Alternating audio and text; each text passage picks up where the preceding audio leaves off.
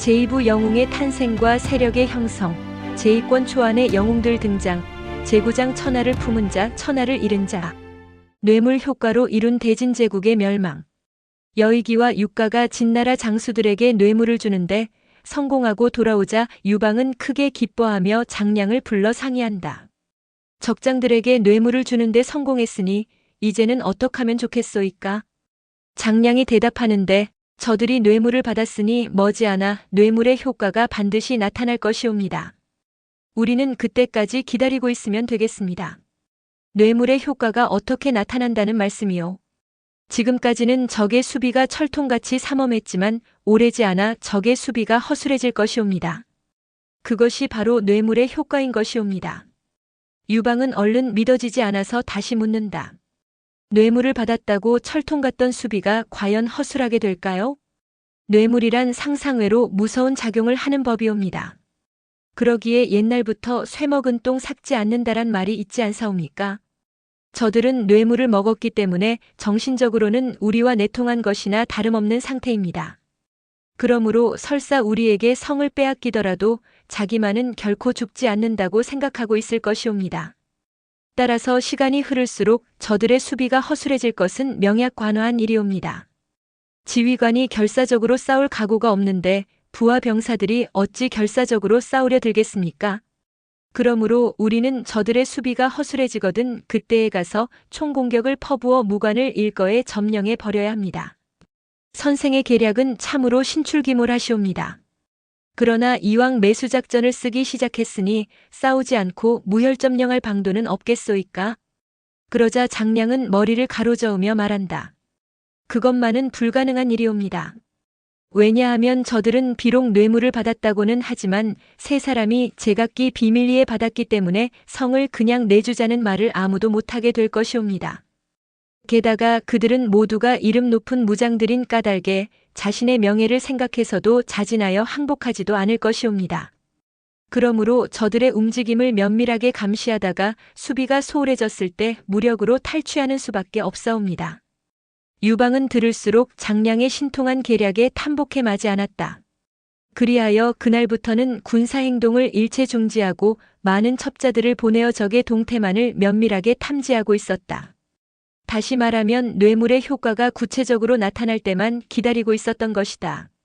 한편 무관성을 굳게 지키고 있는 한영, 경패, 주계 등은 유방의 특별한 선물을 자기만이 받은 줄 알고 저마다 마음이 흐뭇하였다.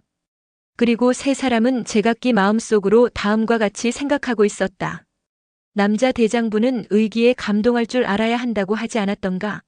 유방이 나를 특별히 생각하고 선물을 보내주면서 자기가 천하를 호령하게 되면 나를 만호 후에 봉해주겠노라고 전해왔으니 나는 그의 호의에 보답하기 위해서라도 그를 끝까지 물고 늘어질 수는 없는 일이 아닌가? 뇌물의 효과란 참으로 무섭기 짝이 없는 것이어서 세 장수의 마음속에는 저마다 사심이 생겼는지라 그들의 방비 태세는 날이 갈수록 소홀해질 수밖에 없었다. 뇌물공여 이후 무관성은 단순한 방어 태세만 소홀하게 된 것이 아니라 세 장수 각각의 속마음에는 유방이 무관으로 쳐들어왔을 때 그에게 적대 행위만 하지 않으면 나는 머지않아 만호후가 될지도 모를 일이 아닌가 하는 생각조차 들어서 세 장수는 각기 혼자서 축하의 술잔까지 기울이고 있었다. 장량은 첩자들의 보고를 통해 이러한 세 사람의 동태를 소상하게 알고 있었다. 그리하여 적의 방비가 완전히 해이해졌음을 알고 나자 유방에게 이렇게 건의하였다. 뇌물의 효과가 본격적으로 나타나고 있습니다. 이제는 무관을 쉽게 함락시킬 수가 있겠으니 출동 명령을 내려주시옵소서. 유방이 크게 기뻐하며 말한다. 어떤 방법으로 쳐들어가는 것이 좋을지 선생께서 작전 계획을 직접 말씀해 주소서. 먼저 설구와 진패를 적의 후방으로 깊숙이 잠입시켜 심산유곡에 불을 놓아 적을 놀라게 만든 후에 패공께서 대군을 거느리고 정면으로 쳐들어가시면 무관은 어렵지 않게 함락시킬 수 있을 것이옵니다. 참으로 좋은 작전 이외다. 그러나 무관의 지세가 워낙 험악하여 후방으로 잠입하기가 몹시 어려울 것 같은데 그 점은 어떻게 해결하면 되겠소? 지세가 험하여 후방으로 잠입하기가 어려울 것은 저도 짐작하고 있습니다.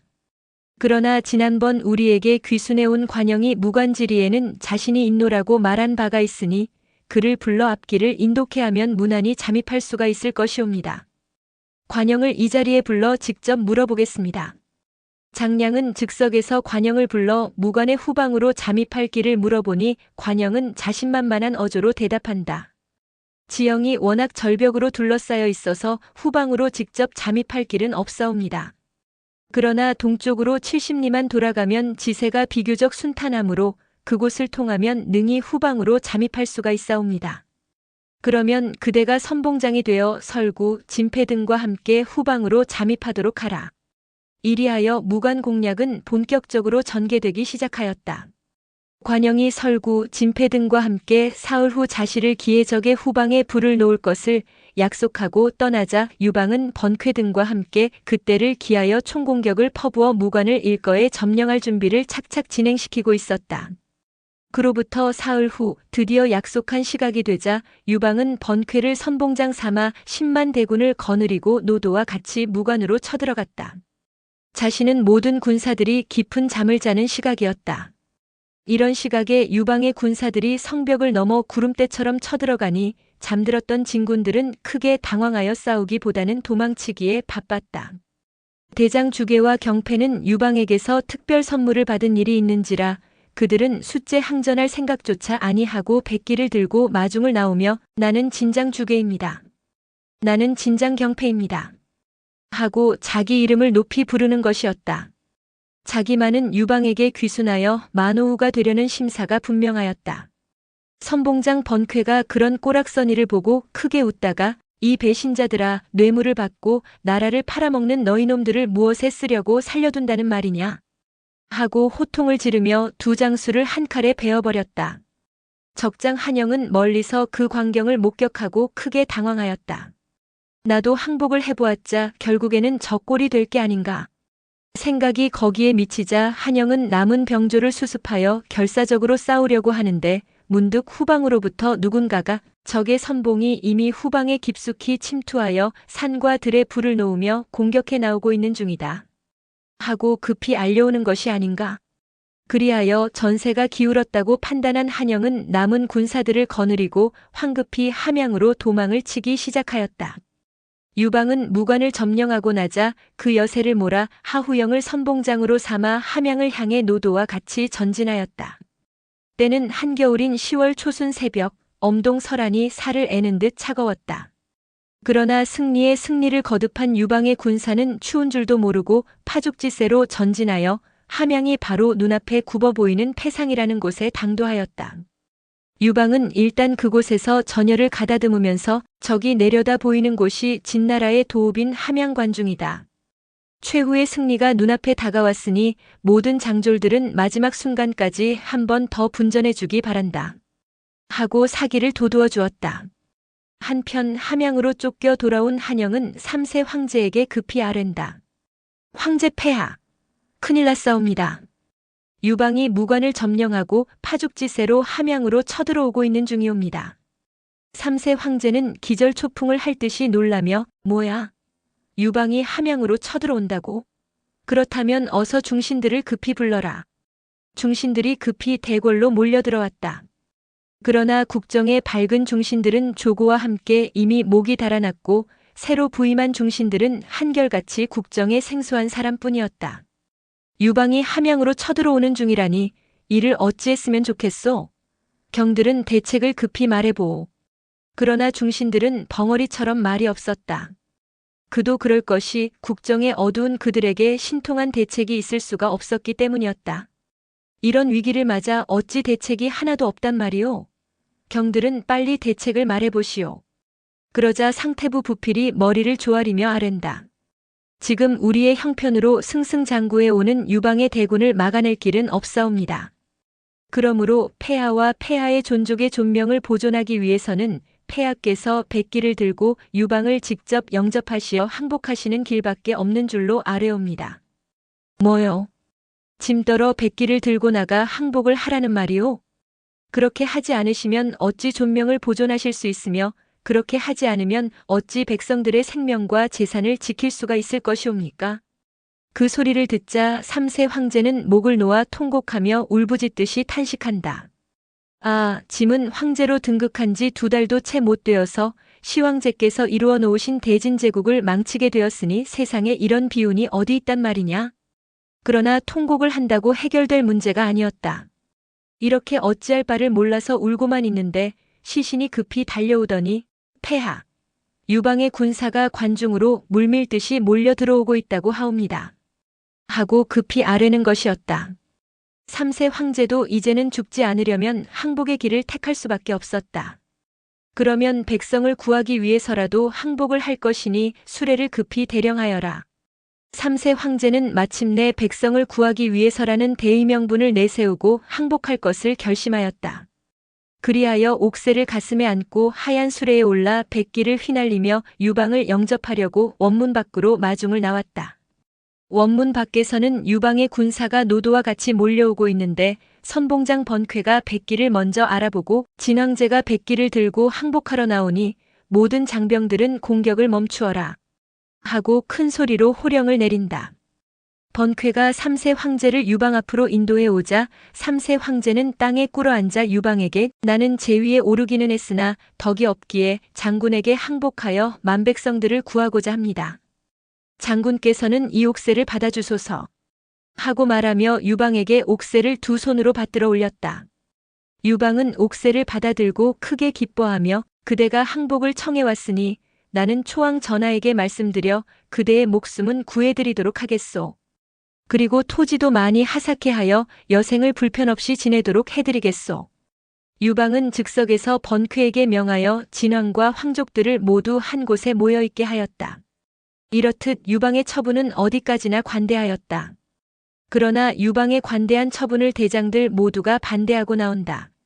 진왕의 일가는 오늘날까지 대대로 백성들을 괴롭혀왔는데 패공께서는 그런 놈을 어찌하여 살려두시려고 하시옵니까? 유방이 웃으면서 대답한다. 초왕께서 나를 사령관으로 임명하여 진을 치게 하신 것은 내가 관인을 베풀 줄 아는 사람이기 때문이었소. 그런데 내가 만약 항복해온 진왕을 죽인다면 그것은 대왕전하의 어의에 어긋나는 일이 될 것이오. 그리고 유방은 입성식을 거행하는 자리에서 모든 장병에게 논공행상을 후하게 내리고 학정에 시달리던 백성들을 자유롭게 해방시켜 주었다. 이로써 대진제국은 완전히 멸망하게 되었다. 일찍이 진왕 조정실상은 여부류의 아들 여정이 육국을 통일하여 대진제국을 건립하고 자기 스스로를 시황제라고 불러오게 하면서 2세 황제 3세 황제로 대진제국을 자손만대로 계승해 나가려고 했었다.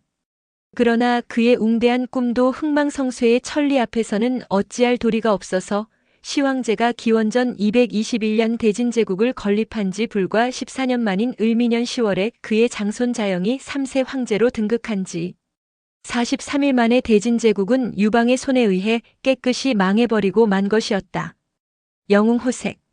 일찍이 초회왕이 유방과 항우에게 진나라를 정벌하라는 명을 내릴 때 두 장군 중에서 누구든지 함양을 먼저 점령하는 사람을 관중왕으로 삼고 나중에 들어간 사람은 그의 신하로 삼게 하겠소. 하는 언약을 한 일이 있었다. 그러므로 항우에 앞서서 함양을 먼저 점령한 유방이 관중왕이 돼야 하는 것은 당연한 일이었다. 유방은 함양에 먼저 입성하자 관중왕의 자격으로 모든 장졸에게 아래와 같은 포고령을 내렸다.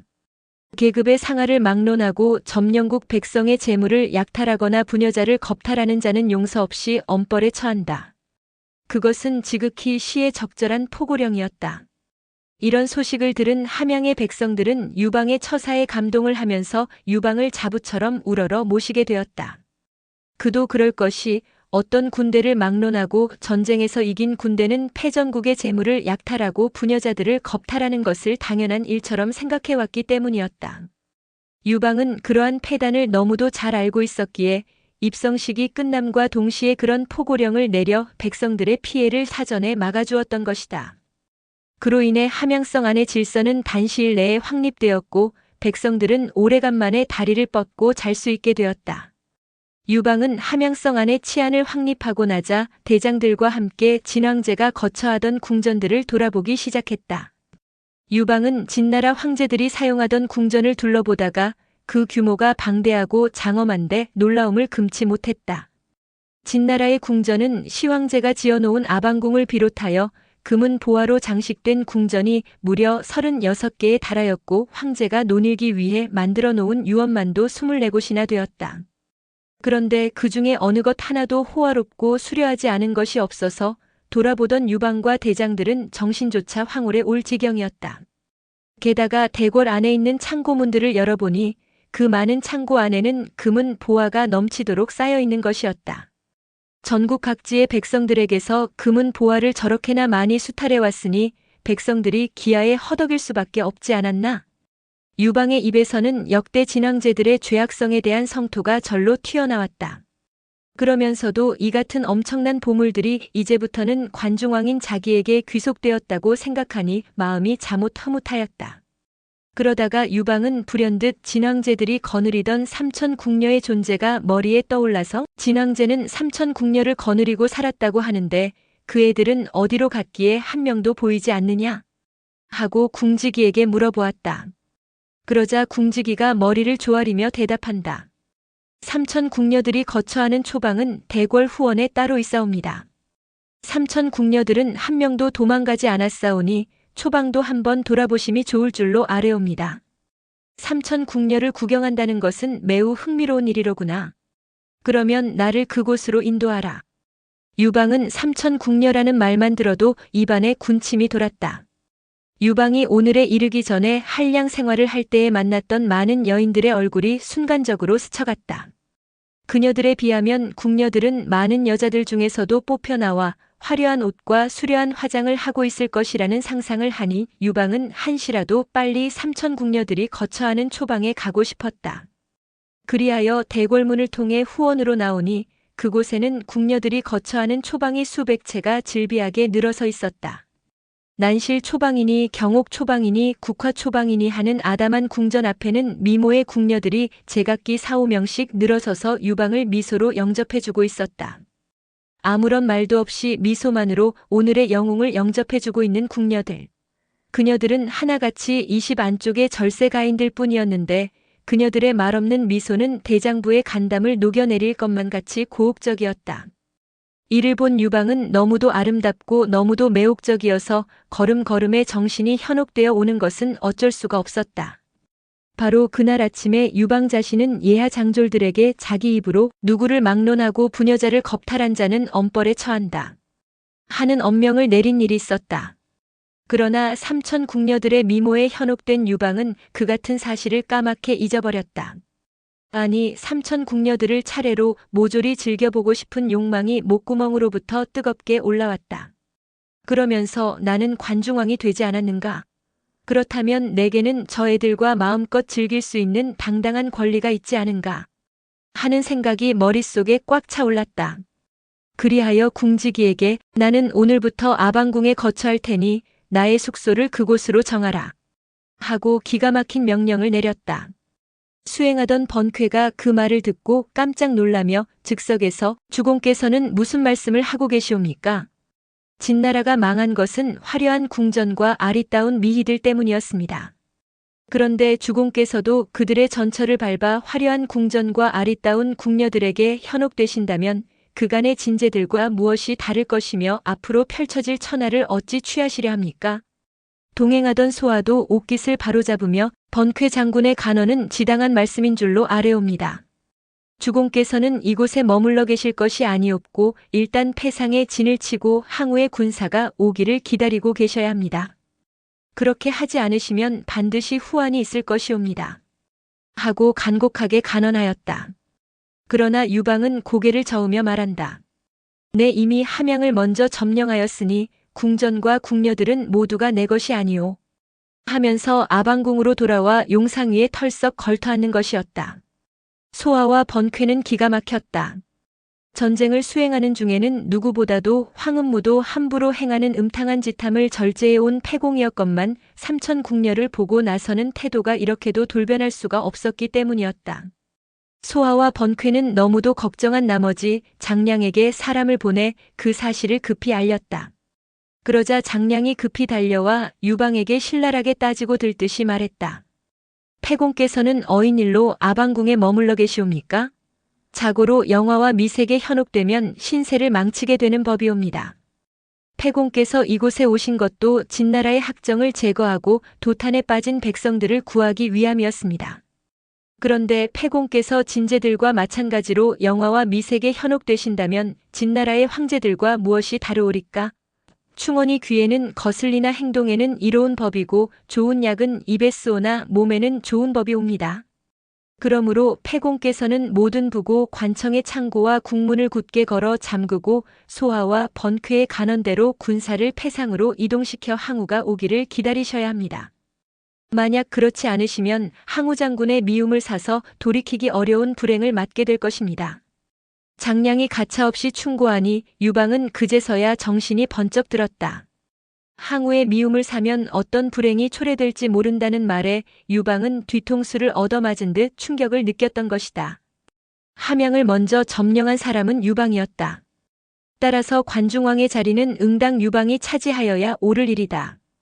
그러나 자만심이 강하고 성미가 완패스러운 항우가 과연 관중왕의 자리를 유방에게 곱게 내줄지는 유방 자신으로서도 크게 염려되는 일이 아니었던가. 유방은 그제서야 자신의 경솔함을 깨닫고 자방 선생의 말씀을 들어보니 과연 내가 잘못했소이다. 그러면 군사를 패상으로 이동시켜 놓고 항우 장군이 오기를 기다리기로 하겠소이다. 하고 군사들을 그날로 패상으로 이동시켜 놓았다. 패상에 진을 치고 나자 소아가 다시 가나는데 백성들이 오랫동안 진나라의 학정에 시달려왔으니 주공께서는 노인들을 한자리에 불러 위안잔치를 크게 베풀어 주소서. 그리고 주공의 시정 방침인 약법 3장도 그 자리에서 널리 선포하시옵소서. 그리하면 백성들의 환심을 사게 되어 앞으로의 통치가 수월하게 될 것이옵니다. 유방은 소하의 충고대로 함양성 안에 60세 이상 노인들을 한자리에 모아놓고 위안잔치를 성대하게 베풀어 주었다. 그 자리에서 약법 3장까지 선포하니 백성들이 크게 감동하며 바라옵건대 패공께서는 부디 이 나라의 임금님이 되어 주시옵소서. 하고 축원을 하며 유방을 애워싼 채 언제까지나 돌아갈 줄을 몰랐다. 범증의 계략. 범증은 항우의 허락을 받고 많은 첩자를 보내 함양에서의 유방의 행적을 소상히 조사해 보았다. 그 결과 유방은 함양을 점령하고 나서 백성들에게 눈부신 선정을 베풀고 있음을 알고 놀라움을 금치 못했다. 유방이 이처럼 선정을 베풀고 있음은 관중왕이 되려는 준비가 틀림없구나. 이렇게 판단한 범증은 항우에게 달려와 다음과 같이 아뢰었다. 유방이 고향에 있을 때에는 재물을 몹시 탐냈을 뿐만 아니라 계집이라면 사족을 못 쓸 정도로 색을 탐했습니다. 그런데 함양을 점령하고부터는 재물은 물론 아방궁에 있는 삼천 궁녀들조차 거들떠보지도 않는다고 합니다. 이것으로 미루어 보건대 유방이 관중왕이 되려는 준비를 착실하게 진행시켜 오고 있음이 분명하옵니다. 항우는 그 말을 듣고 코웃음을 치면서 떡 줄 사람은 생각도 않고 있는데 김칫국부터 마시는 격이로구먼. 하하, 그러나 누가 뭐라고 해도 관중왕의 자리는 반드시 내가 차지하고야 말겠소. 하고 예사롭지 않게 흘려넘기려고 하였다. 범증은 항우가 여유를 부릴수록 크게 걱정이 앞섰다. 이 문제는 결코 가볍게 보아 넘길 일이 아니옵니다. 가볍게 보아 넘기지 않으면 유방이 나에게 어쩔 거란 말이오. 아무튼 유방이 관중왕 자리를 내놓기가 섭섭해 한다면 어느 변방에 왕 자리를 하나 만들어 보내버리면 될 게 아니오. 항우는 유방을 대수롭지 않게 여기고 있지만 범증은 절대로 그런 생각이 들지 않았다. 그러나 항우의 대꾸가 자신이 여기는 무거움에 비해서 워낙 가벼운 관계로 당장은 어찌할 도리가 없었다. 범증은 그날 밤 항우의 숙부인 항백을 찾아가 이런 문제를 상의하였다. 노공께서 반드시 관중왕이 되셔야 하겠는데 유방이 그 자리를 양보해 줄 것 같지 않으니 이 일을 어찌했으면 좋겠소이까? 항백이 대답한다. 내 조카가 관중왕이 된다면 난들 얼마나 좋겠소. 그러나 왕이란 천운을 타고난 사람이 아니면 못 되는 법이오. 내 일찍이 장량 선생에게서 천문을 배운 일이 있으니 오늘 밤 군사와 함께 천문을 한번 살펴보기로 하십시다. 이날 밤 범증은 항백과 함께 천문을 살펴보았다. 대지가 고고히 잠든 구적한 깊은 밤에 산에 올라 성좌를 살펴보니 항우가 진을 치고 있는 동쪽 하늘에는 살기가 감돌고 있었는데 저 멀리 유방이 진을 치고 있는 서쪽 하늘에서는 제왕성이 찬란히 빛나고 있는 것이었다. 이럴 수가. 범증은 내심으로 탄식해 마지 않으며 항백공께서는 천문을 어찌 읽으셨습니까? 하고 항백의 견해를 물어보았다. 항백은 아무런 대꾸도 아니하고 하늘의 별만을 올려다보고 있었다. 범증은 그럴수록 불안스러워서 공께서는 천운을 어떻게 보셨는지 솔직하게 말씀을 해주소서 하고 대답을 재촉하였다. 그러자 항백은 가벼운 한숨을 쉬면서 이렇게 대답하는 것이었다. 패공이 진을 치고 있는 서쪽 하늘 위에는 제왕성이 찬란하게 빛나고 있는데 노공이 진을 치고 있는 동쪽 하늘에는 살기만이 충만하니 천운은 패공에게로 기울고 있음이 확실한 것 같구려. 천문을 살펴본 두 사람의 견해는 완전히 일치하였다. 천운이 그렇다면 관중왕의 자리는 유방에게 빼앗기고 말아야 한다는 말인가? 전력을 기울여 항우를 보필해온 범증으로서는 슬프기 그지없는 노릇이었다. 항백은 범증의 그러한 심정을 눈치채고 넌지시 물어본다. 천수로 보아서는 관중왕의 자리를 유방이 차지할 것이 분명해 보이는데 군사는 장차 처신을 어찌하시려오? 범증이 결의에 찬 어조로 대답한다. 천수로 보아서는 관중왕의 자리를 유방에게 빼앗길 것이 분명합니다. 그러나 성수의 운수란 반드시 천운만으로 결정되는 것은 아니옵니다. 일찍이 제나라의 심포서라는 사람은 하늘이 정한 운수는 사람을 이긴다 고 하였으나 또한 노력의 여하에 따라서는 천운을 능히 이길 수도 있다라고 말한 일이 있습니다. 나는 이미 신명을 다해 항우 장군을 보필하기로 결심한 몸이므로 천운이야 어찌 되었든 간에 나의 생각에는 추후의 변함이 없사옵니다. 그러므로 주공을 관중왕에 추대되도록 전력을 다할 것이옵니다. 다만 공에게 부탁드리고 싶은 말씀은 오늘 밤 우리가 천문을 살펴본 일을 누구에게도 말하지 말아주시옵소서 하는 것이옵니다. 백발이 성성한 범증의 결심은 이토록 비장하게 확고부동하였다. 항백과 범증은 산에서 내려오는 대로 함께 항우를 찾아가 한담을 나누고 있었는데 그때 유방의 부하인 조무상이라는 사람으로부터 항우에게 한 통의 밀서가 보내져 왔다. 밀서의 내용은 다음과 같았다. 유방은 관중왕이 되려는 마음에서 진왕이었던 자영을 재상으로 발탁하여 대각의 모습을 착착 굳혀가고 있사오니 노공께서는 시급히 대책을 강구하시옵소서. 소생은 노공을 진심으로 앙모하는 까닭에 급히 알려드리는 바이옵니다. 조무상은 항우와 내통하여 크게 출세를 해보려고 그런 밀서를 보내왔던 것이다. 항우는 그 밀서를 받아보고 크게 노했다. 유방이란 놈이 분수도 모르고 이처럼 방자하게 나온다면 그대로 내버려둘 수는 없는 일이로다. 항우는 노발대발하며 당장 군사를 일으켜 유방을 잡아 죽이겠다고 야단 법석을 해댔다. 그러나 범증이 침착하게 말했다. 유방이 재물과 여색을 멀리하는 것을 보면 그가 관중왕의 자리를 노리고 있음은 의심할 여지가 없사옵니다. 그러니 우리로서는 손을 빨리 써야 할 것은 사실입니다. 그러나 이 문제를 무력으로 해결하는 것은 신중히 검토해봐야 할 일이옵니다. 유방을 잡아 죽이면 끝날 일인데 검토고 자시고가 무슨 필요가 있단 말이오? 범증이 다시 아랜다. 이 문제를 가볍게 여기셨다가는 큰일 나시옵니다. 병법의 병력이 10배가 되면 포위하고 5배가 되면 공격하라는 말이 있사옵니다. 유방은 10만 군사를 가지고 있고 우리는 30만 군사를 가지고 있으니 병력의 규모만으로 본다면 우리가 우세한 것은 사실입니다. 그러나 유방의 휘하에는 번쾌와 주발 같은 용맹 무쌍한 장수가 50여 명이나 있는 데다가 장량, 소와 같은 탁월한 모사들도 기라성같이 많사옵니다. 그러므로 싸워서 이긴다는 것은 여간 어려운 일이 아니옵니다. 그나 그뿐만이 아니라 유방은 함양에 먼저 입성하여 민심을 두텁게 얻어놓고 있는 관계로 그의 세력을 결코 가볍게만 볼 수는 없사옵니다. 그렇다면 유방을 어떤 방법으로 때려잡자는 말이오? 신에게 한 가지 계략이 있사옵니다. 무슨 계략인지 어서 말씀해 보시오. 내일 밤 3경에 특공대를 패상에 밀파하여 유방을 사로잡아 오면 모든 문제를 간단히 해결할 수 있사옵니다. 항우는 그 말을 듣고 무릎을 치며 감탄하였다. 과연 묘책이요. 그러면 내일 밤 특공대를 보내 유방을 생포해 오기로 합시다. 범증이 다시 말한다. 이왕 특공대를 보낼 바에는 장량도 함께 잡아오도록 하소서. 장량은 무엇 때문에? 장량을 그냥 두었다가는 보복을 당할 염려가 있기 때문이옵니다. 그러면 장량도 함께 잡아다가 죽여버립시다 그려. 옆에 앉아있던 항백은 그 말을 듣고 소스라치게 놀랐다.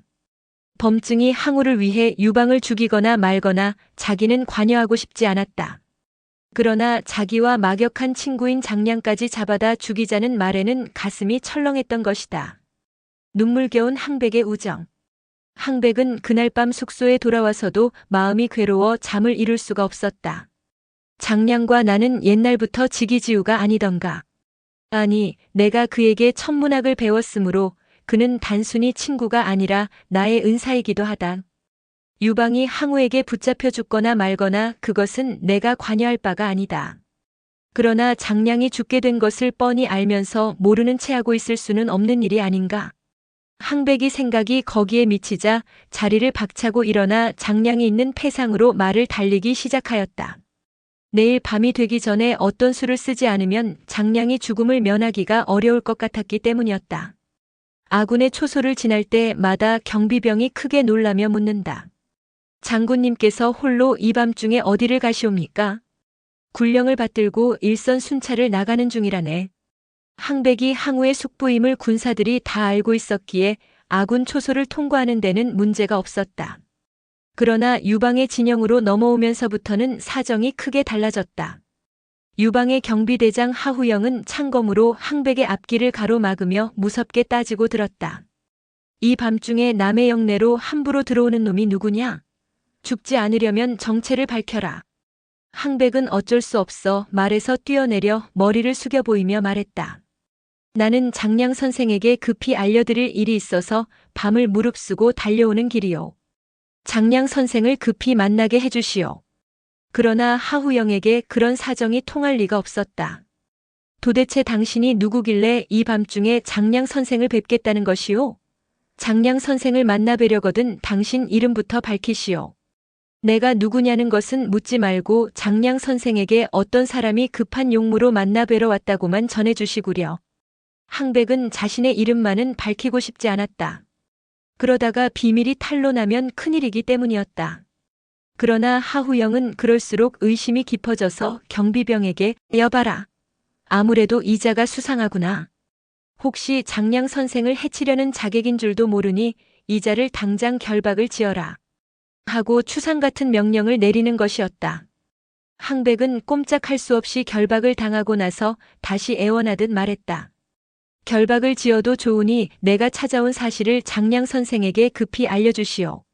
시간을 지체하면 장량 선생의 신상에 큰일이 일어나게 되오. 하후영은 그 말을 듣고서야 장량의 숙소로 급히 달려갔다. 그러나 깊은 밤중인데도 불구하고 장량은 어디로 갔는지 숙소에는 그림자도 보이지 않았다. 장량은 한밤중에 어디로 가고 숙소에 없었던 것일까? 실상인즉 이날 밤 장량은 잠을 자려고 초저녁부터 자리에 누워 있었다. 그러나 웬일인지 이날따라 잠도 오지 않았고 마음이 까닭없이 심란하였다. 그것 참 이상하다. 오늘 밤 따라 마음이 어지러운 것은 웬일일꼬?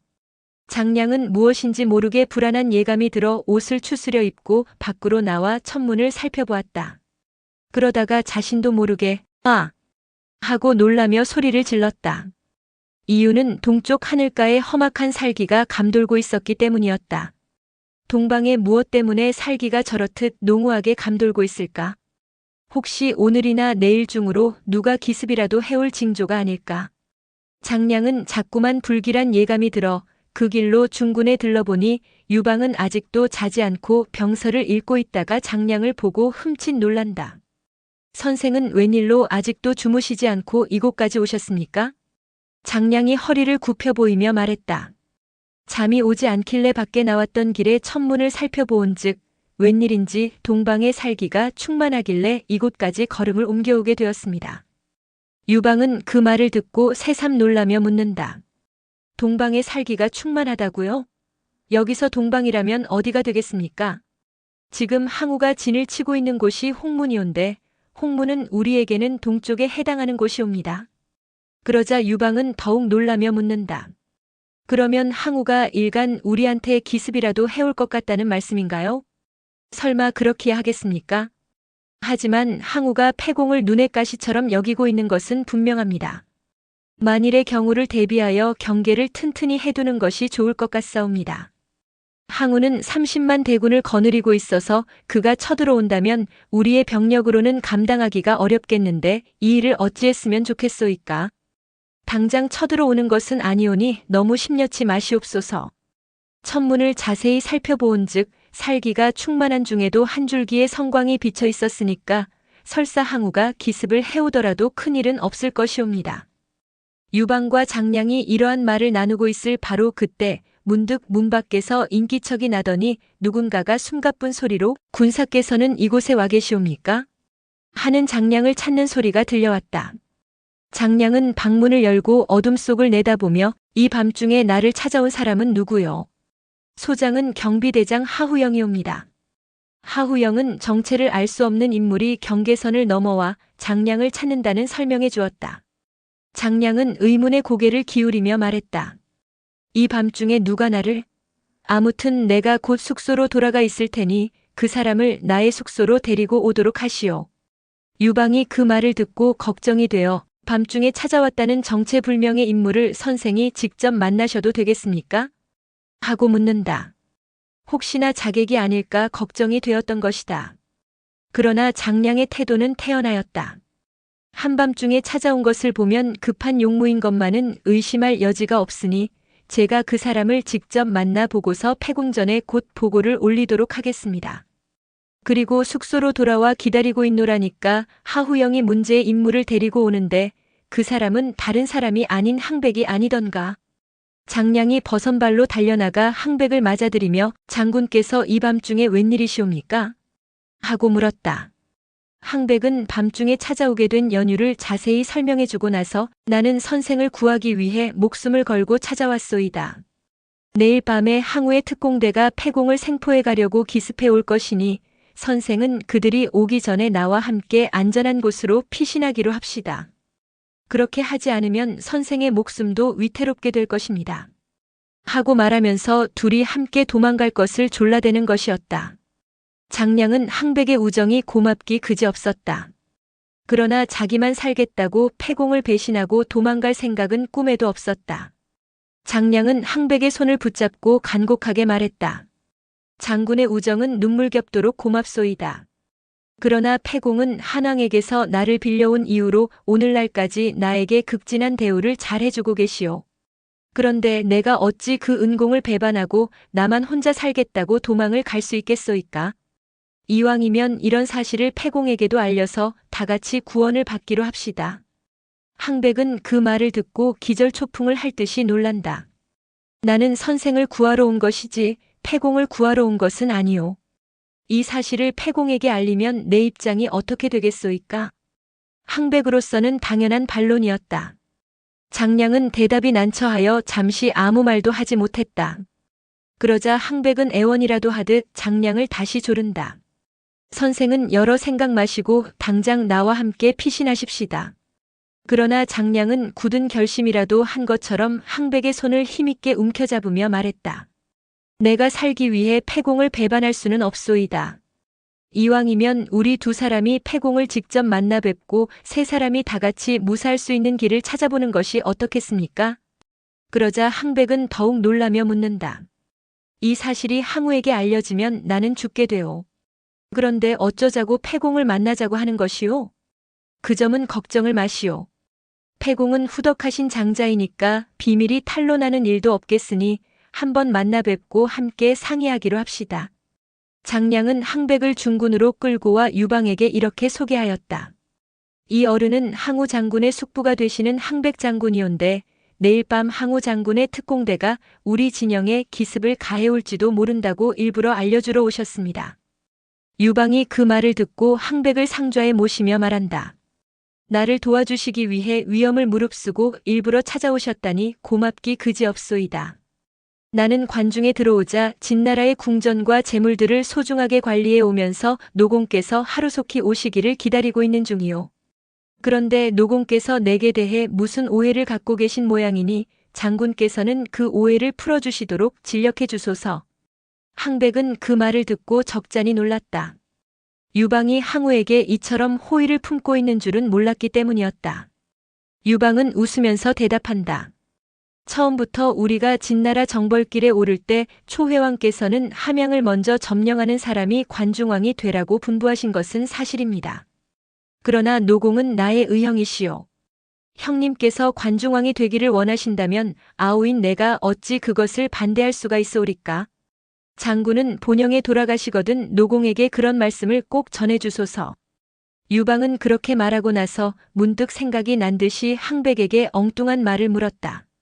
참, 내가 듣건대 장군께서는 수년 전에 상처를 하시고 아직도 제취를 아니하셨다고 들었는데 그게 사실입니까? 여기서 항백은 다시 한번 놀라지 않을 수 없었다. 유방이 자기 자신의 신상 문제까지 이렇게 소상히 알고 있는 줄은 몰랐기 때문이었다. 항백은 겸연쩍게 웃으며 대답한다. 패공께서 그런 일까지 알고 계신 줄은 몰랐습니다. 말씀하신 대로 마누라가 죽고 난 뒤 아직 독신으로 살고 있사옵니다. 아직 제취를 하시지 않으셨다면. 유방은 거기까지 말하다가 문득 의미심장한 미소를 지으며 장량의 얼굴을 바라보았다. 장량은 유방이 무슨 까닭으로 자기를 보고 웃는지 알 수가 없어서 저에게 무슨 하실 말씀이 계시옵니까? 하고 물었다. 그러자 유방은 여전히 웃음을 지으며 장량에게 이렇게 말하는 것이 아닌가. 선생께서도 알고 계시다시피 나에게는 관연한 누이 동생이 하나 있지 않소. 항백 장군께서 그 애를 후치로 데려가 주신다면 나로서는 그처럼 고마운 일이 없겠는데 선생은 어떻게 생각하시오? 유방은 항백을 매제로 삼아 그를 완전한 내 편으로 만들어버리려는 심산이었다. 너무도 뜻밖의 말에 장량과 항백은 다 같이 놀랐다. 장량은 즉석에서 유방의 의중을 알아채고 그거 참 좋은 말씀이옵니다. 항백 장군은 부디 패공의 매제가 되어 주소서. 하고 항백을 향하여 동의를 구하는 것이었다. 항백도 내심으로는 크게 감동하고 기뻤다. 유방이 자기에게 이처럼 호의를 품고 있는 줄은 몰랐기 때문이었다. 그러나 항백의 입장으로는 선뜻 청혼에 응할 수는 없었다. 매우 고마우신 말씀이오나 저로서는 그 혼사에 응할 수가 없사옵니다. 노공과 패공은 지금 대립 상태에서 지용을 다투고 있는 형편이온데 이 판국에 제가 패공과 인척관계를 맺게 되면 세론이 너무도 분분할 것이옵니다. 그러자 장량이 얼른 나서며 말한다. 그것은 쓸데없는 걱정이시오. 노공과 패공은 의형제간이 아니오. 게다가 진나라를 완전히 평정해버렸으니 두 분 사이에 이제 무슨 문제가 있겠소이까? 유방은 항백의 손을 다정하게 움켜잡으며 우리가 이렇게 만나게 된 것은 전생부터의 인연임이 분명하니 부디 나의 매제가 되어 주소서.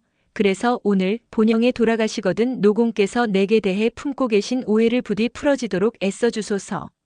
하고 간곡하게 부탁하는 것이었다.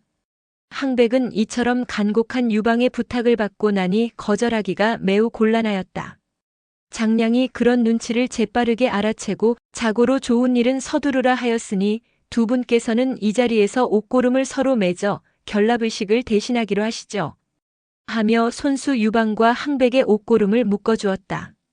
이렇게 혼인의 약속이 성립되고 나니 항백은 자리에서 서둘러 일어나며 말했다. 그러면 나는 이제부터 급히 돌아가 내일 밤 특공대가 기습을 해오지 않도록 노공을 설득해보겠소이다. 그 대신 패공께서는 수일 중에 노공을 직접 찾아오셔서 오해를 깨끗이 풀도록 하소서. 일간 틀림없이 노공을 찾아뵐 터이니 부디 오해를 풀게 도와주소서. 유방은 그렇게 말하며 항백을 성문 밖까지 정중하게 전송하였다. 안 되는 것도 없지만 되는 것도 없는 항우. 유방이 무관을 거쳐 함양으로 진군하는 동안 항우는 무엇을 하고 있었던 것일까? 항우는 장안과의 싸움에서 구전구승을 거둔 것을 비롯하여 가는 곳마다 싸우기만 하면 이기지 않는 곳이 없었다. 그는 하북 일대를 쉽게 평정해가면서 제후들을 모조리 자기 편으로 흡수하였다. 그러면서 함양을 향하여 맹진격을 계속하였다. 유방보다 함양에 먼저 입성하여 관중왕을 차지하려고 무리한 전진을 서두르고 있었던 것이다. 그러나 너무도 서두른 탓인가? 유방은 선무공작으로 적과 화합을 이루면서 전진하는 반면에 항우는 하나에서 10까지 무력으로 정벌하며 전진했기 때문에 패잔병들의 항전이 끊임없이 반복되어 전진하는 속도가 시간이 지날수록 지연되고 있었다. 그러던 어느 날 밤 항우는 부하 군사들의 사기를 알아보려고 혼자서 진중을 비밀리에 순찰한 일이 있었다. 그리하여 어느 막사 앞을 지나는데 등불 밑에 모여 앉은 병사들의 쑥덕거리는 소리를 듣게 되었다. 우리가 장안 장군을 따라서 항우의 부하가 된 것은 크게 잘못된 일이었어. 항우는 성질이 포악해서 싸움은 잘하지만 부하들을 사랑할 줄을 모르거든. 누가 아니래. 유방은 관인 후덕하여 싸우지도 않고 벌써 함양에 입성했다고 하는데 항우는 날마다 싸우기만 하고 있으니 이래 가지고서야 어느 세월에 함양에 갈 수 있겠나. 주인을 잘못 택한 죄로 우리들만 죽도록 고생하게 되었네. 제기랄. 지금이라도 항우를 버리고 유방을 따라갈 수는 없을까? 이 사람아. 항우와 유방은 앙숙지간인데 될 소리를 하게나. 병사들이 한담 삼아 무심코 짓거려본 불평이었다. 그러나 항우는 그 말을 엿듣고 속에서 천불이 일어났다. 자기보다도 유방을 숭배한다는 말도 비위에 거슬렸지만 유방이 이미 함양에 입성했다는 새로운 사실에 분노를 금할 길이 없었던 것이다. 유방이 이미 함양에 입성했다면 관중왕의 자리를 그가 차지하려고 할 것이 아닌가. 그 못난 자에게 관중왕의 자리를 빼앗기다니 그것은 말도 안 되는 소리다. 항우는 속으로 그렇게 외치며 본영으로 돌아오자 대장 영포를 급히 불러 명한다. 유방이 함양에 입성했다는 말이 들리는데 그것이 사실인지 급히 알아보시오. 영포가 즉석에서 대답한다. 조금 전에 첩자가 알려온 바에 따르면 유방이 함양에 입성한 것은 사실이라고 합니다. 뭐야? 그자가 나보다 먼저 함양에 입성한 것이 사실이라고? 항우는 주먹을 불끈 쥐며 펄쩍 뛸 듯이 소리를 지른다. 항우와 유방 두 사람 중에 누구든지 함양을 먼저 점령하는 사람이 관중왕이 되라고 말한 것은 초회왕의 어명이었다. 그러나 항우는 설사 유방이 함양을 선점했다 하더라도 그에게 관중왕의 자리를 내줄 생각은 꿈에도 없었다. 어떤 수단을 써서라도 그 자리는 자기가 차지할 속셈이었다. 그리고 그 자리를 차지하기 위해서라면 유방과의 일전도 불사할 각오를 하면서 영포에게 명했다. 장안과 함께 투항해온 진병들은 모두가 나에게 반역심을 품고 있소. 그들이 반역 모의를 하는 것을 내 귀로 분명히 들었소. 그러니 그들은 함양에 들어가기만 하면 나를 배반하고 유방에게로 달려갈 것이 분명하니 그런 일이 있기 전에 그들을 모조리 죽여 없애도록 합시다. 영포는 그 말을 듣고 크게 놀랐다. 장안 장군과 함께 투항해온 병사가 10만 명이 넘는데 그들을 모조리 죽여버리자는 말씀입니까? 10만 명이 아니라 100만 명이라도 반심을 품고 있는 놈들은 모조리 죽여 없애야 하오. 장군에게 20만 명의 군사를 줄 테니 사흘 안에 산속의 구덩이를 파고 그놈들을 모조리 생매장시켜버리도록 하시오. 굴령이요. 항우가 아니고서는 도저히 내릴 수 없는 무도한 굴령이었다. 굴령이라는 데는 영포도 어찌할 도리가 없었다.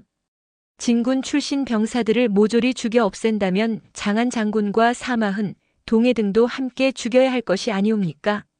그들은 유능한 장수이니 그냥 살려두고 병사들만 죽이면 그만이오. 군사범증이 그 소식을 듣고 급히 달려와 말한다. 죄 없는 부하 병사를 10만 명씩이나 생매장한다는 것은 있을 수 없는 일이옵니다. 주공께서는 굴령을 거두어 주시옵소서. 그러나 항우는 고개를 흔들며 반역심을 품고 있는 놈들이 무슨 나의 부하란 말이오. 그런 놈들은 어떤 일이 있어도 죽여 없애야 하오. 범증이 울면서 다시 말한다. 병사들이란 취급하기에 따라서 충신도 될 수 있고 역적도 되는 것이옵니다. 그들이 주공께 어떤 반역심을 품고 있는지 모르오나 관대하게 살려주신다면 어떤 수를 써서라도 그들의 마음을 바로 돌려놓도록 하겠으니 부디 죽이지는 말아주시옵소서. 그러자 항우는 화를 벌컥 내며 벼락 같은 소리를 지른다. 군사는 무슨 말이 이렇게나 많소? 그리고 다시 영포에게 명한다. 영포 장군은 책임을 지고 사흘 안으로 그놈들을 한 놈도 남기지 말고 죽여버리시오. 그리하여 영포는 진군 출신의 10만 명을 사흘에 걸쳐 생매장을 해버리는 끔찍한 참사를 기어코 단행하고야 말았다. 장안을 비롯한 사마흔과 동해 등은 자기의 부하들이 사흘 사이에 몽땅 생매장을 당하는 사실을 알고 크게 놀랐다. 그리하여 세 장수는 항우에게 달려와 무릎을 꿇고 사정한다. 저희들에게 용서받지 못할 죄가 있는 모양이오니 저희들도 부하들과 함께 처벌해 주십시오. 항우가 손을 내저으며 말한다. 그대들에게는 아무 죄가 없으니 조금도 두려워 마시오. 실상인즉 수일 전에 야간 순찰을 하다가 사병들이 역적 모의를 하는 소리를 들었기에 모조리 죽여버렸을 뿐이요. 그대들만은 끝까지 중용할 테니 안심하고 충성을 다해 주시오. 이로써 새 장수는 목숨만은 구할 수 있었다. 그러나 손발이 잘려버린 장수들이 과연 어느 정도의 활약을 할 수가 있을 것인가? 10만 군사를 생매장해버린 항우는 전군에 새로운 군령을 내렸다. 최후의 관문인 남전관만 격파하면 함양으로 들어가게 될 테니 우리는 총력을 기울여 남전관을 격파하자. 항우의 대군은 최후의 관문인 남전관을 향하여 총공격을 개시하였다. 그런데 항우의 군사들이 남전관에 맹렬한 공격을 퍼붓다 보니 성 안에서 맹렬한 반격을 가해오고 있는 군사들은 진나라 군사가 아니라 우군인 유방의 군사들이 아닌가? 성 안에서 우리에게 반격을 가해오고 있는 군사는 진나라 군사들이 아니고 유방의 군사들이다. 이게 어떻게 된 일이냐? 선봉장은 너무도 뜻밖의 일에 놀라서 그 사실을 즉시 항우에게 알렸다. 그러자 항우는 그 말을 믿으려고 하지 않았다. 너희들이 잘못 알았겠지. 설마 그럴 리가 있겠느냐? 항우는 그렇게 말하면서도 미심쩍어서 몸소 일선으로 나와 보니 성벽 위에서 기운차게 휘날리고 있는 군기는 모두가 유방의 군기가 아닌가? 그렇다면 유방의 군사는 무슨 까닭으로 남전관에서 항우의 군사들과 싸움을 하게 되었던 것일까? 그 내막은 다음과 같았다. 항우가 진병 출신의 10만 병사를 생매장해버리고 남전관으로 쳐들어 온다는 소식을 듣자 유방은 번쾌를 불러 이렇게 물어보았다. 항우가 남전관을 점령하고 나더러 관중왕의 자리를 내놓으라고 할 텐데 이 문제를 어떻게 하면 좋겠소? 번쾌가 대답한다. 함양을 먼저 점령하는 사람이 관중왕이 되기로 한 것은 철석 같은 약속이었습니다. 그러나 항우는 그런 약속을 지킬 사람이 아니옵니다. 그러므로 우리는 항우의 횡포를 힘으로 막아내는 수밖에 없습니다. 유방은 번쾌의 말을 듣고 깜짝 놀라며 되묻는다. 항우의 횡포를 힘으로 막아내다니? 그렇다면 관중왕의 자리를 놓고 항우와 싸움이라도 해야 한다는 말이오? 번쾌가 명쾌하게 대답한다. 물론입니다. 항우가 어거지를 쓴다고 관중왕의 자리를 곱게 양보할 수는 없는 일이 아니옵니까? 항우는 남전관을 점령하고 나면 관중왕의 자리를 빼앗으려고 할 것은 불을 보듯 뻔한 일이므로 우리는 항우가 남전관으로 들어오지 못하도록 힘으로 막아내야 합니다. 실상인즉 유방 자신도 관중왕의 자리를 항우에게 양보할 생각은 꿈에도 없었다. 그러기에 유방은 번쾌의 말대로 설구, 진패의 두 장수로 하여금 남전관에서 항우의 군사들을 저지하고 있었던 것이다. 항우는 유방의 군사가 남전관을 철통같이 지키고 있는 것을 스스로 목격하자 전신을 와들와들 떨며 이를 부두둑 갈았다. 유방이라는 놈이 관중왕이 되려고 이런 수를 쓰고 있는 모양인데 제 놈이 감히 나에게 이럴 수가 있는가? 항우는 분노가 머리 끝까지 치밀어 올라서 즉시 전군에 추상 같은 명령을 내렸다. 유방이 나의 앞길을 가로막고 있으니 이 자는 이미 우군이 아니고 우리의 적이다. 우리는 30만 대군을 총동원하여 유방을 단숨에 섬멸시켜버리자. 그러자 범증이 앞으로 달려나와 항우에게 아른다.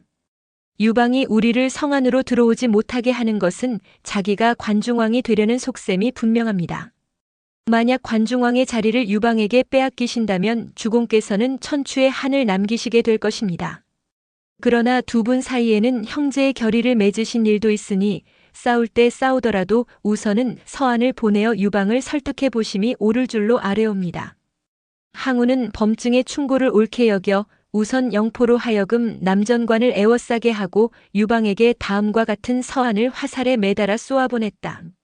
나 노공 항우는 의제인 패공 유방에게 글을 보내오. 공과 나는 지난날 회왕 앞에서 결의 형제를 맺고 진나라를 함께 치려고 나섰소. 그 후 공이 나보다 먼저 함양에 입성했다고는 하지만 나는 진장 장안을 항복시킨 것을 비롯하여 많은 제후들을 굴복시키면서 지금 남전관에 이르렀소. 그런데 공은 나의 공을 가로채어 관중왕이 되고자 나를 이곳에서 저지하고 있으니 이 어찌 대장부가 할 일이겠소. 내가 만약 남전관을 때려 부수고 들어가면 공으로서도 면목 없는 일이 될 것이니 관문을 속히 열어 우리 두 사람의 형제지의를 새롭게 합시다. 후일에 뉘우치는 일이 없도록 거듭 선처하기를 바라오. 의형 노공 항우씀. 유방은 항우의 서한을 받아보고 즉시 참모 회의를 열었다. 항우가 이런 글을 보내왔는데 이 문제를 어떻게 처리했으면 좋겠소? 장량이 대답한다. 항우는 30만 대군을 거느리고 있는데 우리 군사는 10만에 불과하므로 힘으로는 항우를 당해내기가 어려울 것이옵니다. 만약 싸우다가 패하는 날이면 패공께서 포로의 신세를 면하기가 어려울 것이니 저쪽의 요구대로 관문을 순순히 열어주는 것이 상책일 것 같사옵니다. 그러면 관중왕의 자리를 항우에게 넘겨주자는 말씀입니까? 그 문제와는 얘기가 다르옵니다. 관중왕의 자리는 어디까지나 함양에 먼저 입성하신 패공께서 차지하셔야 하옵니다. 그렇게만 된다면 오죽 좋겠소. 그러나 그 자리를 항우가 빼앗아가려고 하기 때문에 문제가 이처럼 복잡하게 된 것이 아니겠소? 그 문제는 그때에 가서 해결해도 됩니다. 그 문제가 두려워서 처음부터 싸움으로 해결하다가는 죽도 밥도 안 되옵니다. 그러면 나는 선생만 믿고 남정관의 관문을 열어주기로 하겠소이다. 유방이 관문을 열어주라는 명령을 내리자 대장 설구가 관문을 활짝 열고 항우의 선봉장인 영포를 맞아들이며 말한다. 우리가 남정관을 굳게 지켜온 것은 항우 장군의 입성을 저지하기 위해서가 아니라 진나라 패잔병들의 난동을 막기 위한 처사였소. 패공께서는 항우 장군의 서한을 받아보시고 관문을 속히 열어 항우 장군을 정중히 영접하라는 명령을 내리셨습니다. 항우 장군께서는 신속히 입성하시도록 해주십시오. 영포가 그 말을 항우에게 전하니 항우는 군사들을 거느리고 남정관으로 당당하게 입성하면서 그러면 그렇지. 유방이 제 아무리 함양을 먼저 점령했기로 내가 누구라고 감히 내 앞에 서야. 하고 어디까지나 유방을 깔보는 호기를 부렸다. 그나 그뿐만이 아니었다. 항우는 남정관에 들어와 홍문에 진을 치고 나자 유방이 직접 영접해주지 않은 것이 매우 못마땅해서 유방은 지금 어디에 있는데 보이지를 않느냐? 하고 설구에게 물었다. 패공께서는 지금 패상에 계시옵니다. 알았다. 곧 나를 만나러 오겠지. 항우의 말은 어디까지나 유방을 자신의 부하로 여기는 말투였다. 그러나 범증은 아무리 해도 마음이 놓이지 않아 항우에게 이렇게 귀띔을 해주었다. 유방이 직접 영접을 나오지 않은 것을 보면 그의 태도가 의심스럽습니다. 유방이 지금 패상에서 무슨 짓을 하고 있는지 그동안의 그의 행장을 소상하게 알아볼 필요가 있사옵니다. 필요하다면 지금이라도 조사해 보시오. 안 되는 것도 없지만 되는 것도 없는 항우의 명령이었다. 범증의 배후 모계. 한편 다음 날 밤 항우는 특공대를 보내 유방을 체포해 올 시간이 다가오자 모든 장수들에게 비상소집령을 내렸다. 그러자 모든 장수들이 중군으로 속속 모여들었다. 그러나 항백만은 보이지 않았다. 범증이 좌중을 둘러보며 묻는다. 항백 장군이 웬일로 나타나지 않는지 누구 모르오? 그러자 당직장인 정공이 대답한다. 항백 장군은 어젯밤에 혼자서 패상 방면으로 말을 달려나가셨는데 아직 돌아오지 않으신 모양입니다. 범증은 그 말을 듣고 소스라치게 놀라며 항백 장군이 한밤중에 무슨 일로 패상 방면으로 달려가시더란 말인가? 혹시 사람을 잘못 본 것은 아니냐? 본인이 직접 보았으니까 틀림없는 사실이옵니다. 그래. 그렇다면 항백 장군이 우리의 기습 기밀을 유방에게 알려주었을지도 모를 일이군. 그래, 그렇다면 오늘 밤의 계획은 중지를 해야 하겠군. 하며 범증이 분노에 찬 소리로 외쳤다. 그러나 항우는 범증의 말을 대수롭지 않게 여겼다. 군사는 무슨 말씀을 하고 계시오? 항백 장군은 나의 아저씨가 아니오. 나의 숙부를 의심하는 것은 너무 심한 말씀인 것 같구려. 그러나 범증은 고개를 좌우로 흔들며 말한다. 항백 장군이 고의로 배반하지는 않을 것입니다. 그러나 누구를 만나 이 말 저 말을 하다가 무심중에 군기를 누설할 수는 얼마든지 있을 수 있는 일이옵니다. 그러하니 만일의 경우를 생각해 오늘 밤의 계획은 일단 중지하는 것이 좋을 줄로 아뢰옵니다. 이 모양으로 항우와 범증이 옥신각신하고 있을 바로 그때 문제의 인물인 항백이 좌중으로 급히 달려들어왔다. 장량과 작별을 하고 지금 막 돌아오는 길이었던 것이다.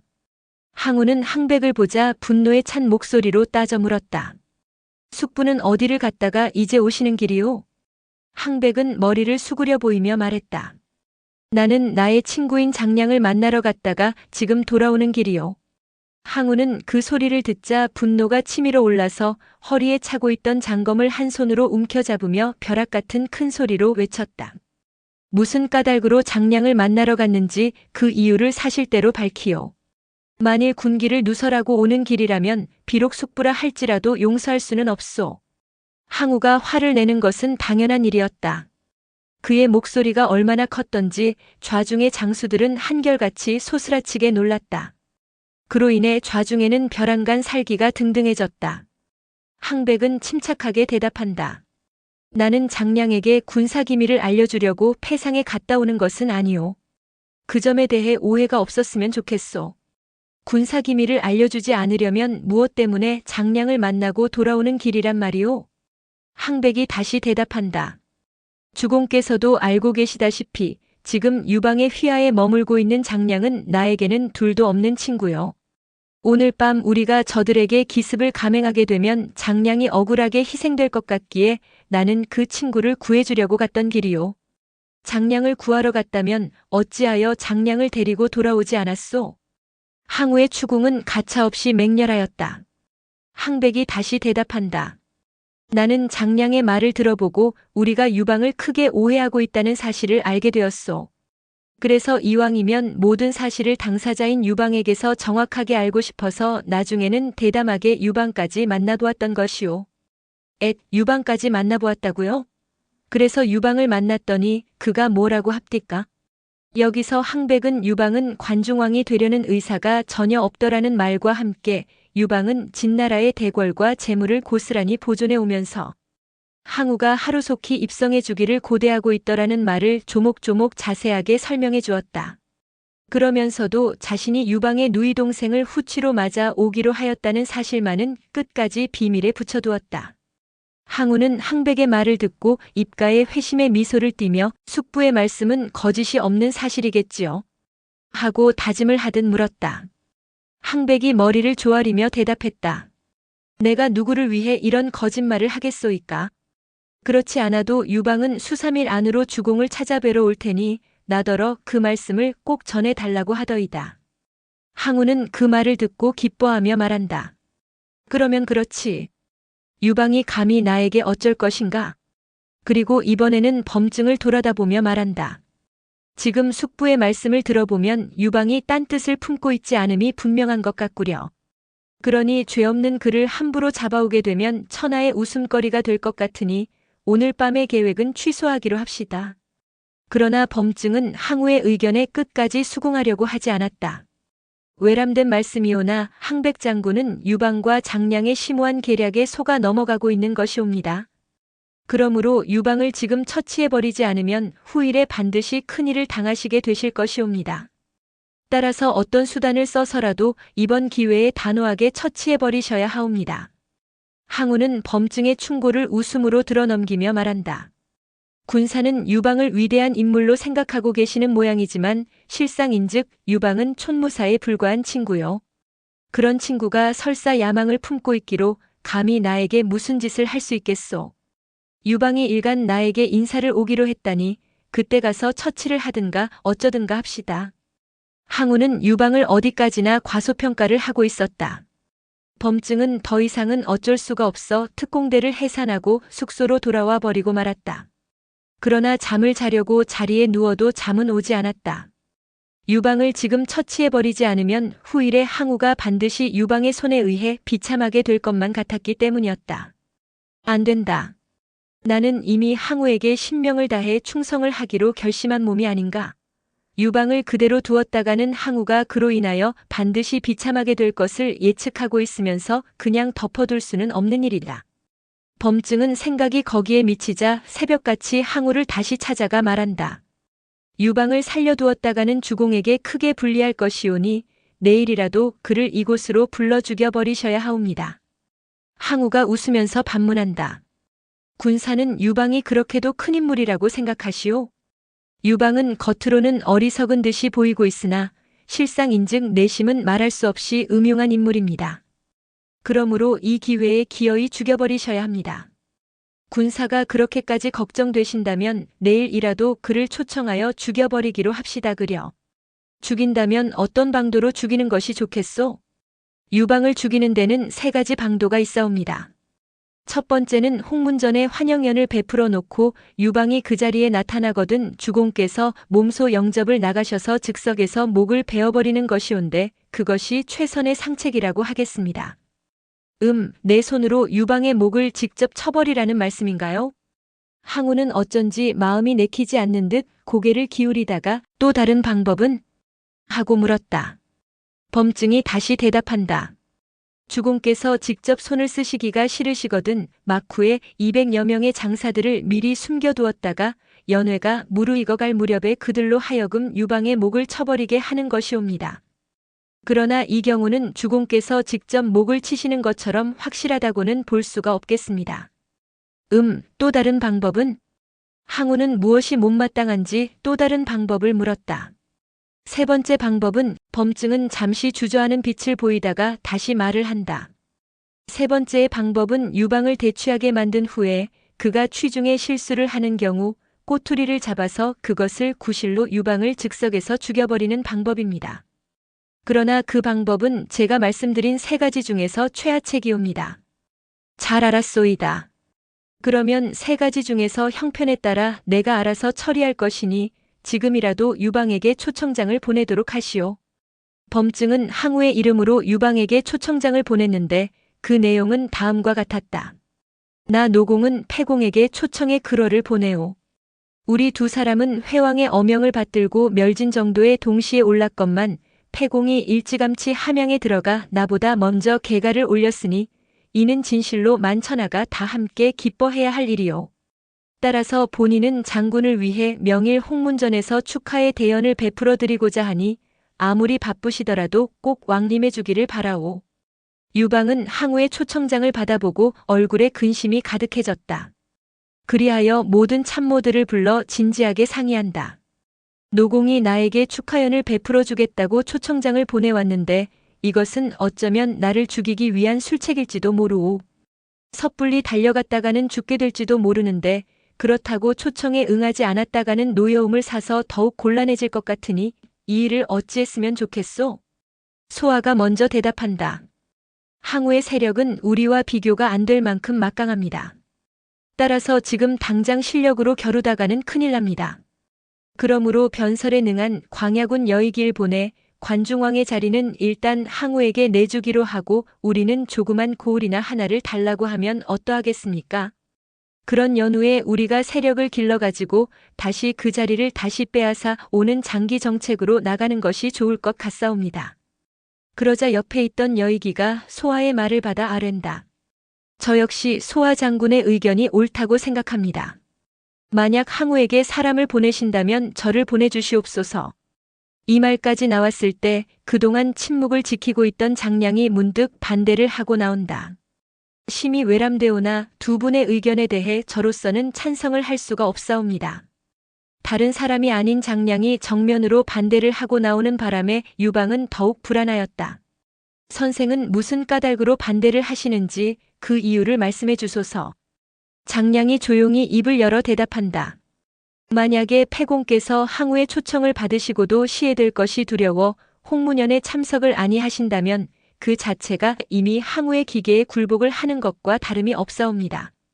이렇게 정신적으로 굴복을 당한 사람이 어찌 재기인들 쉽사오리까? 그러한 일은 절대로 있을 수 없는 일이옵니다. 그러니까 죽는 한이 있어도 항우의 초청에는 반드시 응해야 한다는 말씀인가요? 물론입니다. 그 옛날 오자선은 진왕의 손에 죽을 것을 각오하면서 평왕을 따라 임동회에 참석했기 때문에 후일에 만천하가 우러러보는 위대한 인물이 되었던 것이옵니다. 만약 오자서가 죽음이 두려워 그 자리에 참석하는 것을 회피했다면 오늘날 오자서의 이름을 누가 알아주겠습니까? 그러니까 선생의 말씀은 어떤 위험이 있더라도 항우의 초청에 반드시 응해야 한다는 말씀입니까? 물론입니다. 패공께서 장차 천하를 도모하실 웅지를 품고 계시다면 항우를 조금도 두려워 마시고 당당하게 만나러 가십시오. 이번 초청권은 범증이 배후에서 꾸민 모계임이 분명하온데 폐공께서는 범증이 세운 모계를 타개해버리는 것이 매우 중요한 일이 될 것이옵니다. 유방은 그 말을 듣고 용기를 크게 얻었다. 선생은 참으로 천금 같은 말씀을 들려주셨소이다. 그러나 범증은 술수가 대단한 모사인데 어떻게 해야 그의 술수를 벗어날 수 있을지 매우 걱정스럽소이다. 장량은 잠시 생각에 잠겼다가 얼굴을 들며 말한다. 저는 한대왕의 어명을 받들고 폐공을 도와드리고자 온 몸이옵니다. 그러니 홍문연 연회에 참석하실 때에 저를 데리고 가주시면 제가 어떻게 해서든지 범증의 모계를 막아내어 불상사가 일어나지 않도록 노력해보겠습니다. 그 소리를 듣자 소아와 여의기가 쌍수를 들어서 찬성하였다. 장량 선생께서 동행해 주시기만 한다면 그보다 더 든든한 일은 없을 것이옵니다. 유방은 그제서야 얼굴에 희색이 돌아오며 말했다. 그러면 내일 홍문연 연회에 장량 선생과 함께 참석할 것이니 그 사실을 항우 장군 측에 급히 알리오. 급사가 달려가서 그 사실을 항우에게 알리니 범증은 그 소식을 듣고 뛸 듯이 기뻐하였다. 유방이 죽을 줄도 모르고 온다니 이제야 나의 그물에 걸려들었구나.